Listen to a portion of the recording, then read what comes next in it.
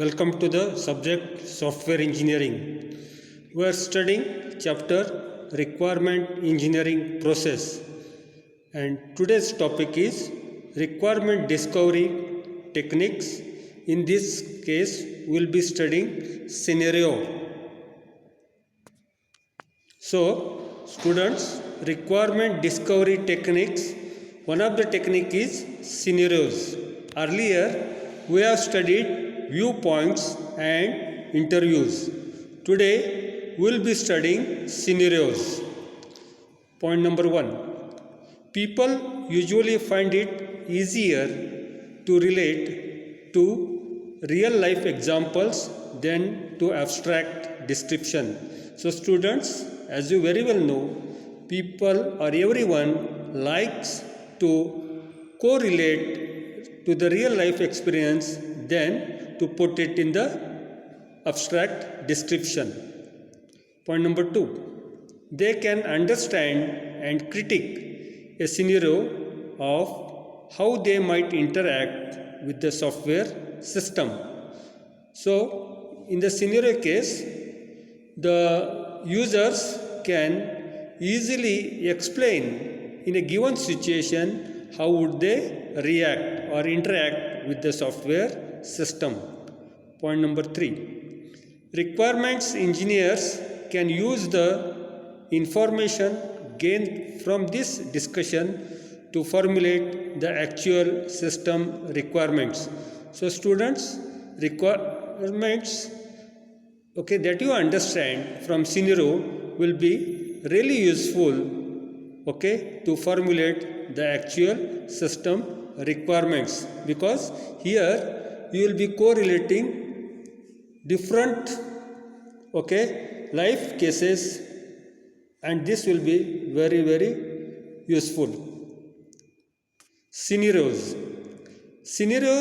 can be particularly useful for adding detail to an outline requirement description. Point number 5.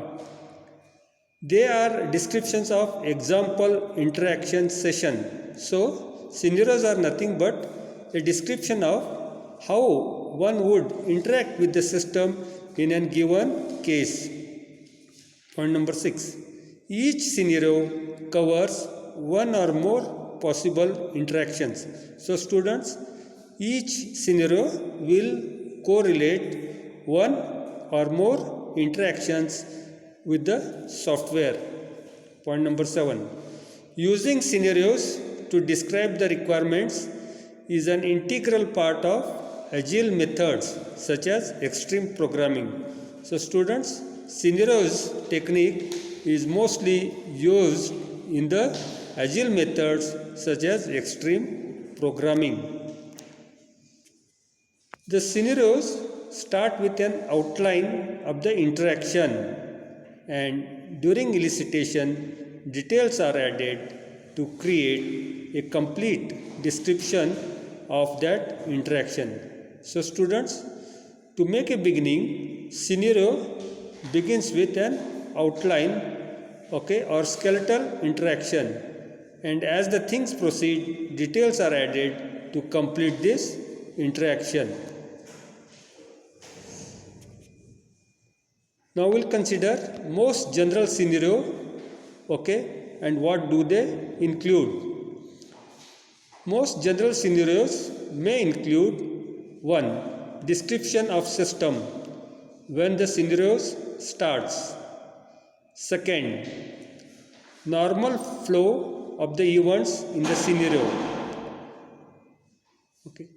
So in this general scenario, one would identify what is the normal flow of events when the system is running. Point number 3.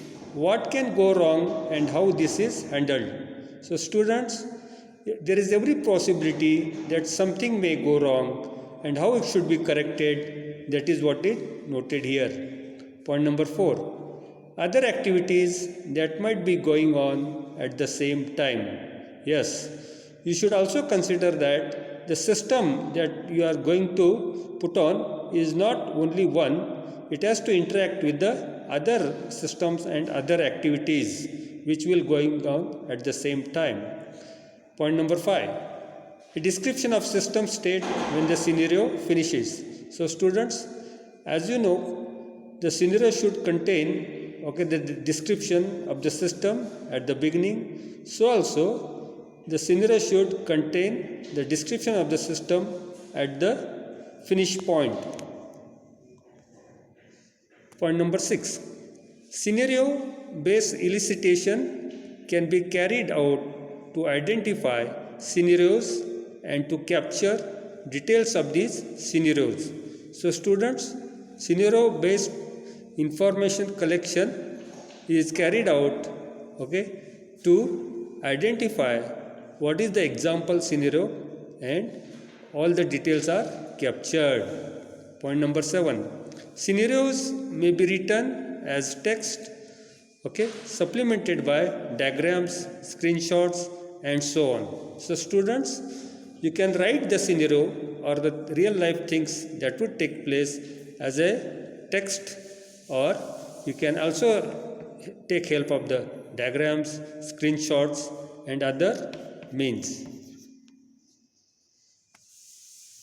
Now we'll take up the next requirement discovery technique after scenario is use case. So point number 1, use cases are a scenario based technique. So students, use cases are similar to scenario technique for requirement collections.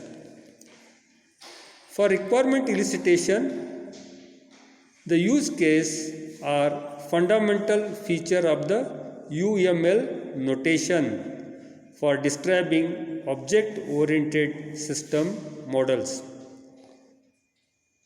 So, use case are most popularly used as UML notation, that is UML stands for Unified Modeling Language, which is used in object-oriented system development.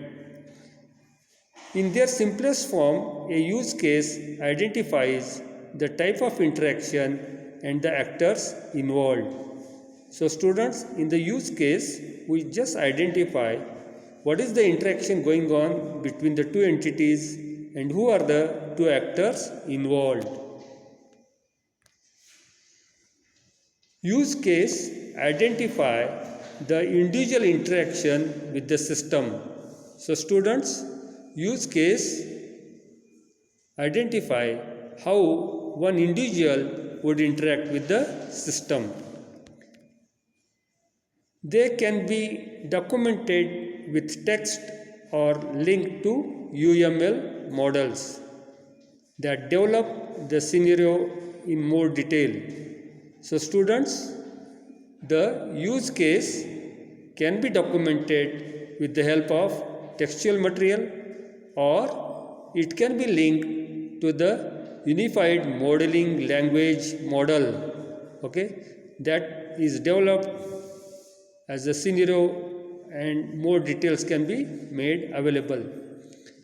The point number 3, the UML is a de facto standard for object oriented modeling. So students, unified modeling language is the standard language for object oriented modeling. Therefore, use cases and use based elicitation is increasingly used for requirement elicitation. So students, as UML is de facto standard for object oriented modeling, the use cases and use case based elicitation is increasingly used for requirements elicitation. Point number 4, scenarios and use cases are effective technique for eliciting requirements for the interactor viewpoint, where each type of interaction can be represented as use case. So students, scenarios and use cases are effective technique for eliciting the requirements from the interactor viewpoint that is, who is going to directly correlate to the system. Okay, and you can identify each type of interaction with the use case. Now we will go to the next technique of requirement discovery. Okay, that is ethnography. Okay, so students, this is one more technique of requirement discovery along with earlier techniques that we have studied. So we have studied earlier viewpoints, then second technique is interviewing, third technique is scenarios, and this is the fourth technique, it is ethnography. So point number 1, software systems do not exist in isolation. Yes, no software system exists in isolation because the software system is made functional by human being. There is an organization, there are a number of people interacting. So software system has to consider all these aspects also. So point number 2, they are used in social and organizational context, and software system requirements may be derived or constraints by this context. So students, very well you know that a software system is developed for some company or some organization. In that organization, there are a number of people working in that company or a organization. And when people are there are social problems, there are organizational issues. So all these things should be considered because these are going to affect the system requirements, and this will put some constraints on the new software system that is being developed. Point number 3, satisfying these social and organizational requirements is often critical for the success of the system. So students, you know that anything that ends well or that is accepted by user is useful, and that project is successful. So satisfying the social and organizational requirement is very critical for the success of the system. So we'll come to the definition of the ethnography. So definition, ethnography is an observational technique that can be used to understand social and organizational requirements. So students, you very well know where is the good software, okay, that you have developed, but if it is not accepted by the people working in the organization or it is not well received, then it would not be functional. So ethnography is very, very important. In this ethnography, we observe, okay, social and organizational requirements. So students, today we have learned, okay, requirement discovery techniques. That is, one is scenarios, second is use cases, and third is ethnography. And in the previous classes, we have learned the other two techniques, that is viewpoints and interview. So these techniques are very relevant and useful. That is why I have considered them in detail. I hope if you go through the notes and previous classes, you will be able to understand this. Thank you.